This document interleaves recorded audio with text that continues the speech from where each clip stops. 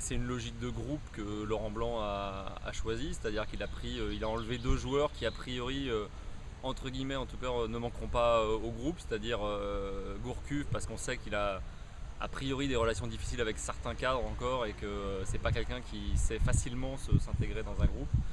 Et puis Yanga, parce que lui il était là depuis 3-4 jours et qu'effectivement il n'avait pas encore eu le temps de s'attacher avec tout le monde.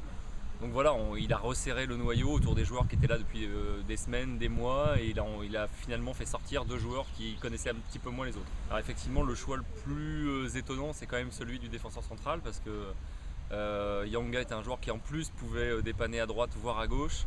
Dans ces cas-là, maintenant, on se retrouve avec trois défenseurs axiaux de métier. Et en cas de problème d'un voire deux défenseurs, c'est Alou Diarra qui deviendrait, de toute façon il est le quatrième choix dans l'axe maintenant. Et effectivement il y a quand même un risque de le voir jouer à ce poste où il évolue quand même très rarement.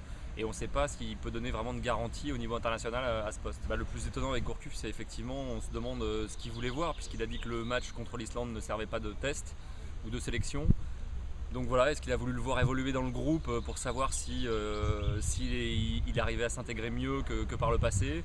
Est-ce qu'il voulait voir s'il avait retrouvé ses sensations? On se demande un petit peu pourquoi il l'a fait venir, parce qu'effectivement, pour le refaire partir au bout d'une semaine, pour un joueur qui est déjà fragile psychologiquement, on peut se demander comment le joueur va ressentir cette éviction au dernier moment. Est-ce qu'il va garder que le positif de cet appel et essayer de rebondir? En tout cas, effectivement, le choix de Blanc est étonnant parce que peut-être qu'un autre joueur aurait pu être plus intéressant à voir pendant 10 jours.